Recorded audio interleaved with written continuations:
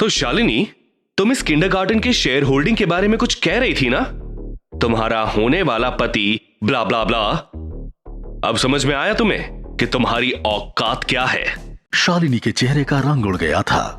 वो चाहकर भी वो राजीव को जवाब नहीं दे पा रही थी। वहां खड़े सभी लोग शॉक थे।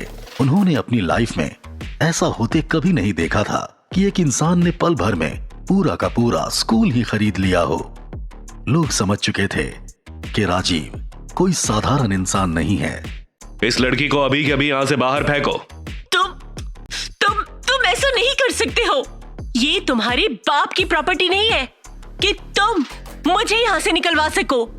मैं इस प्रॉपर्टी का मेजर शेयर होल्डर हूं। तुम यहाँ जो चिल्ला चिल्ला कर तमाशा कर रही हो, उससे इस किंडरगार्टन की नॉर्मल फंक्शनिंग इफेक्ट हो रही है। मुझे यहाँ और तमाशा नहीं चाहिए। या तो तुम खुद यहां से चली जाओ, या फिर तुम्हें यहां से निकलवाने के मेरे पास और भी तरीके हैं।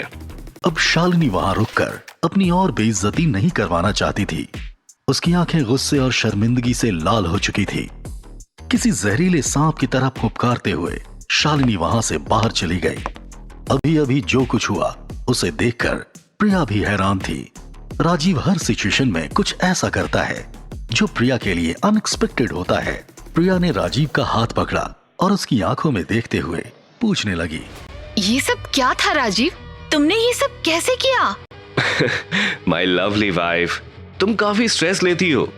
डोंट वरी, मैंने ऐसा कुछ भी नहीं किया जो मुझे नहीं करना चाहिए था। तुम्हें अंदाजा भी नहीं है इस किंडरगार्टन की वैल्यू क्या है। मैं अच्छे से जानती हूँ कि यहाँ फॉरेन कैपिटल इन्वेस्टमेंट भी इन्वॉल्व है। यूं ही चुटकी बजाकर इसे खरीदना मजाक नहीं है। मुझे पूरा सच जानना है। मैंने इस किंडरगार्टन में आने से पहले इसकी पूरी मार्केट रिपोर्ट देखी थी। मेरे एक बहुत करीबी दोस्त ने मुझे बताया था कि इस किंडरगार्टन को किसी बहुत बड़े बिजनेसमैन ने खरीद लिया है और बहुत जल्द ये न्यूज फैलने वाली थी। उस बिजनेसमैन ने अपनी आइडेंटिटी रिवील नहीं की थी। राजीव की बातों को प्रिया बहुत ध्यान से सुन रही थी। बस इसी खबर का फायदा उठाते हुए मैंने ये दिखावा किया। अब लोगों का और खासकर उस शालिनी का मुंह भी तो बंद करना जरूरी था।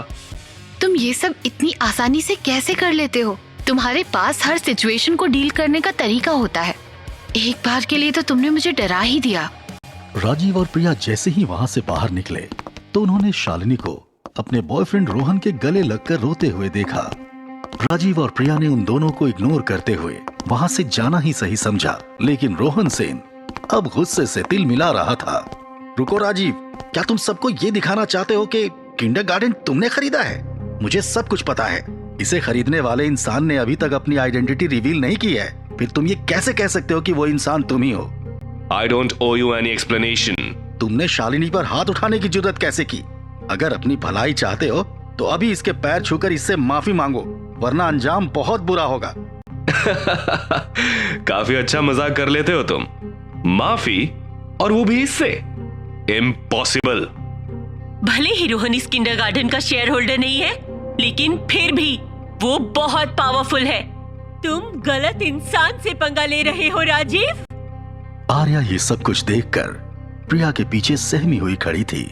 शालिनी ने आर्या की ओर देखते हुए कहा, एक वक्त था जब तुम कुत्तों की तरह मेरे आगे पीछे दम हिलाया करते थे।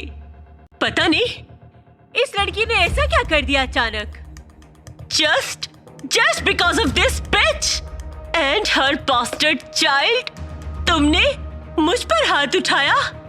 मैं तुम्हें बर्बाद कर दूंगी। शालिनी की बातें सुनकर राजीव उसकी तरफ बढ़ा, लेकिन प्रिया ने राजीव का हाथ पकड़ लिया और उसे शांत करने लगी। शालिनी की बात प्रिया को बहुत चुभ गई। Don't you ever dare to call my child a bastard. मैं उसका बाप हूं। मेरी वाइफ और बेटी की तरफ किसी ने आग भी उठाई तो मैं उसकी जान ले लूंगा। रोहन, अपनी गर्लफ्रेंड से बोलो कि अभी इसी वक्त मेरी वाइफ के पैर छूकर उससे सॉरी कहे, नहीं तो तुम्हें इसका खामियाजा भुगतना पड़ेगा। रोहन से राजीव का ये एटीट्यूड हैंडल नहीं हो रहा था। उसने फोन करके किंडरगार्टन के प्रिंसिपल अर्पित रॉय को बाहर बुलाया। अर्पित रॉय रोहन सेन को अच्छे से जानते थे और उन्हें पता था ये काफी पावरफुल इंसान है। मिस्टर रॉय, क्या आप जानते हैं कि ये बच्ची इलेजिटिमेट चाइल्ड है? ऐसे बच्चों को स्कूल में एडमिशन देकर आप इस स्कूल की रेपुटेशन बर्बाद कर रहे हैं। I advise you to cancel admission. Mister Sen, मुझे इस बात की जानकारी नहीं थी। इस स्कूल में सिर्फ एलिट फैमिलीज के बच्चे ही पढ़ सकते हैं। हमें एक स्टेटस मेंटेन करना पड़ता है। अगर आप जो कह रहे हैं वो सच है तो मैं इसी वक्त इस बच्ची को स्कूल से निकालता हूँ। ओह आई सी, तो आप इस स्कूल में एजुकेशन के नाम पर बिजनेस कर रहे हैं। फिर तो इस स्कूल से सबसे पहले आपको निकालना होगा। मैं यहाँ का ट्रस्टी भी हूँ। मुझे फायर करने का राइट सिर्फ बोर्ड ऑफ डायरेक्टर्स के पास है। यू विल गेट टू सी। राजीव ने अपना फोन निकाला और कुणाल मेहरा को फोन किया। मुझे अगले 5 मिनट के अंदर राइजिंग किड्स किंडरगार्टन के प्रिंसिपल का सर्विस टर्मिनेशन लेटर चाहिए और साथ ही शालिनी वर्मा की कंपनी आज बैंकरप्ट हो जानी चाहिए। मैंने आपके जैसा एक्टर अपनी लाइफ में नहीं देखा। आपको तो अपनी स्किल का इस्तेमाल पैसे कमाने के लिए करना चाहिए। काफी फेमस हो जाएंगे आप। वो तीनों मिलकर राजीव का मजाक उड़ाने लगे। कुछ ही देर के अंदर किंडरगार्टन की एक स्टाफ ने अर्पित रॉय को एक लेटर लाकर दिया। ये उसका सर्विस टर्मिनेशन लेटर था। इस टर्मिनेशन लेटर को देखकर अर्पित रॉय के होश उड़ गए। रोहन और शालिनी की तो चेहरे का रंग भी उड़ गया। So mister principal, you are fired.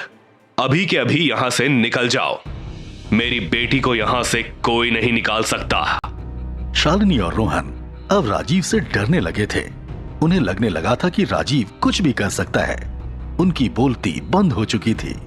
पिछले 2 घंटे के अंदर बहुत कुछ हो चुका था। एक स्कूल को खरीद लिया गया। रोहन सेन को अपनी शेयर होल्डिंग गंवानी पड़ी। स्कूल के ट्रस्टी एंड प्रिंसिपल को फायर कर दिया गया और अब शालिनी के कंपनी की बारी थी। शालिनी को पूरा भरोसा हो चुका था कि आज उसकी कंपनी का दिवालिया निकलने वाला है। रोहन, अपनी गर्लफ्रेंड से कहो कि मेरी वाइफ के पैर छूकर माफी मांगे, वरना अब तुम मेरे निशाने पर होगे। राजीव की कड़क आवाज सुनकर रोहन कांप उठा। वो बेहद डर चुका था। उसे लगा कि अगर शालिनी माफी नहीं मांगेगी तो राजीव अब उसे भी बर्बाद कर देगा। शालिनी, प्रिया से माफी मांग लो। Have you lost it? हाँ, सबको सबक सिखाने की बजाय तुम मुझसे माफी मांगने को कह रहे हो। You are such a covered.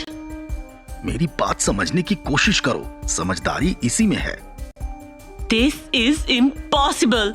I will never apologize. लगता है तुम्हारी गर्लफ्रेंड तुम्हारी बात नहीं मानेगी। Be ready for the consequences. Rajiv की बात सुनकर रोहन और भी घबराने लगा। खुद को बचाने के लिए वो कुछ भी करने को तैयार था। उसने शालिनी को प्रिया के पैरों की ओर धक्का दिया। God damn it, just apologize. तुम्हारी गलतियों की सजा मैं नहीं भुगतूंगा। शालिनी लड़खड़ाते हुए प्रिया के पैरों के पास गिर गई। प्रिया ये तमाशा नहीं चाहती थी। उसने शालिनी को सहारा देकर उठाया। शालिनी, संभालो खुद को। मुझे तुम्हारी माफी नहीं चाहिए। तुम बस हमें शांति से जीने दो। राजीव, चलो यहाँ से। आर्या ये सब देखकर काफी डर चुकी है। सिर्फ अपनी वाइफ के कहने पर तुम्हें माफ कर रहा हूं। अगली बार से अपनी जुबान संभाल कर बात करना। राजीव और प्रिया वहां से चले गए। रोहन सेन भी शालिनी को बीच रास्ते में अकेला छोड़कर चला गया। शालिनी बीच रास्ते में अकेली खड़ी रह गई। आसपास के लोगों की भीड़ इकट्ठा हो चुकी थी। शालिनी की नजरें शर्म से अब उठ नहीं पा रही थी।